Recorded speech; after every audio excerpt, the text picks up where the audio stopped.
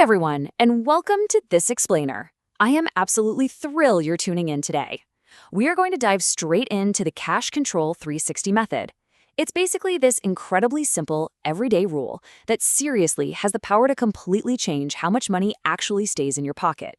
Because let's be real, if you've ever felt like your paycheck just kind of vanishes into thin air by the end of the month, this is exactly what you need. Let's break down the psychology behind our daily spending habits. So let's get right into it.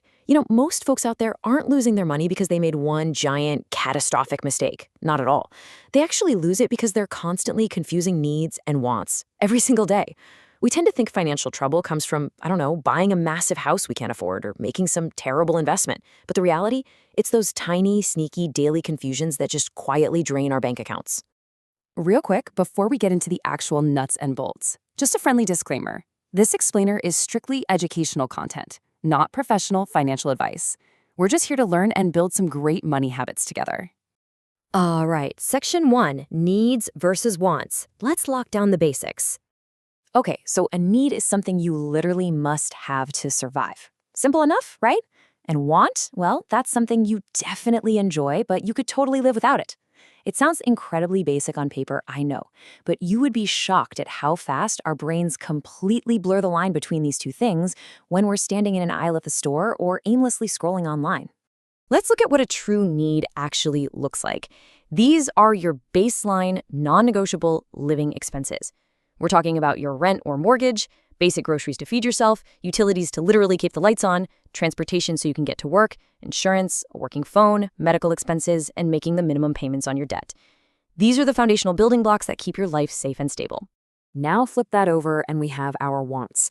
This is the fun stuff. Eating out, grabbing that daily iced coffee on the go, hitting the mall, your 5 different streaming subscriptions, brand new gadgets, vacations, or buying that fancy brand name upgrade instead of the generic.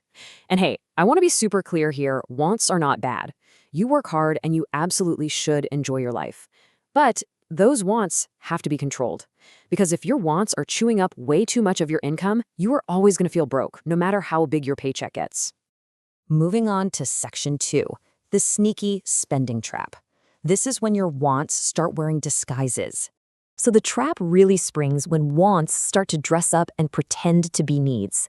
Let's look at the food category. Food is a biological need, obviously, so buying basic groceries is a true need. But hitting up the drive-thru or eating at restaurants every single day, that is a masquerading want. Same with transportation.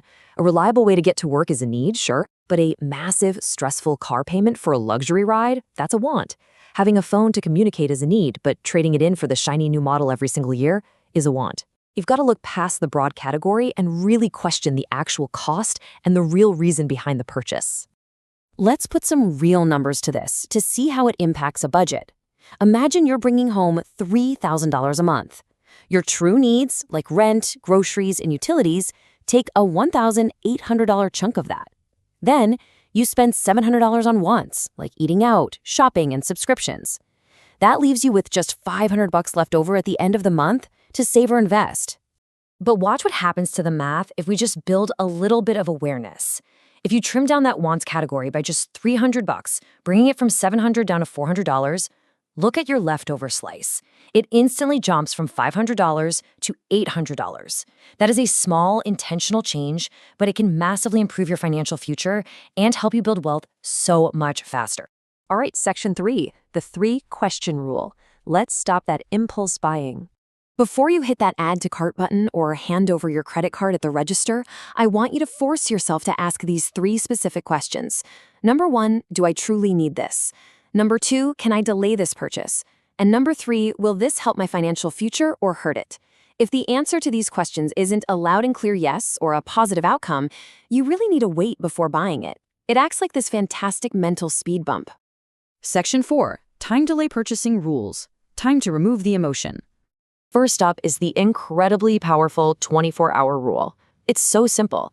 If you see something you want to buy that isn't completely urgent, just wait 24 hours. Walk away, close the tab. What you'll find is that a lot of the time after a day goes by, that initial rush of excitement completely fades away. You literally wake up the next morning and realize you didn't actually need the thing at all. Now, for bigger, chunkier, more expensive items, we upgrade to the 7-day rule. You wait 1 full week before pulling the trigger on a larger purchase. This is huge because it completely shields you from emotional spending. It gives your logical, rational brain enough time to catch up and actually figure out if this purchase fits into your real budget. Which brings us to section 5, the 7-day challenge. Let's track those habits. So, here is a challenge I really want you to try out.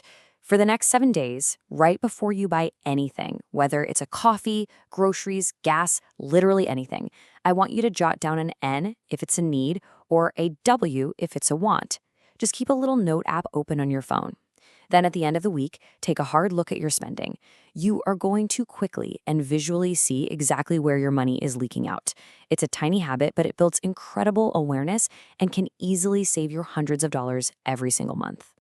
To wrap things up, I want to leave you with this final, provocative thought to chew on. Are you spending your money automatically or are you choosing intentionally? Remember, real financial control always starts with awareness. Once you know the true difference between a need and a want, you're going to make better decisions and you are going to save a lot more money. If you found this explainer helpful, make sure to follow along for more deep dives into topics like the Cash Control 360 method to help you save, invest, and grow. Now get out there, tackle that 7-day challenge, and start keeping more of your hard-earned money.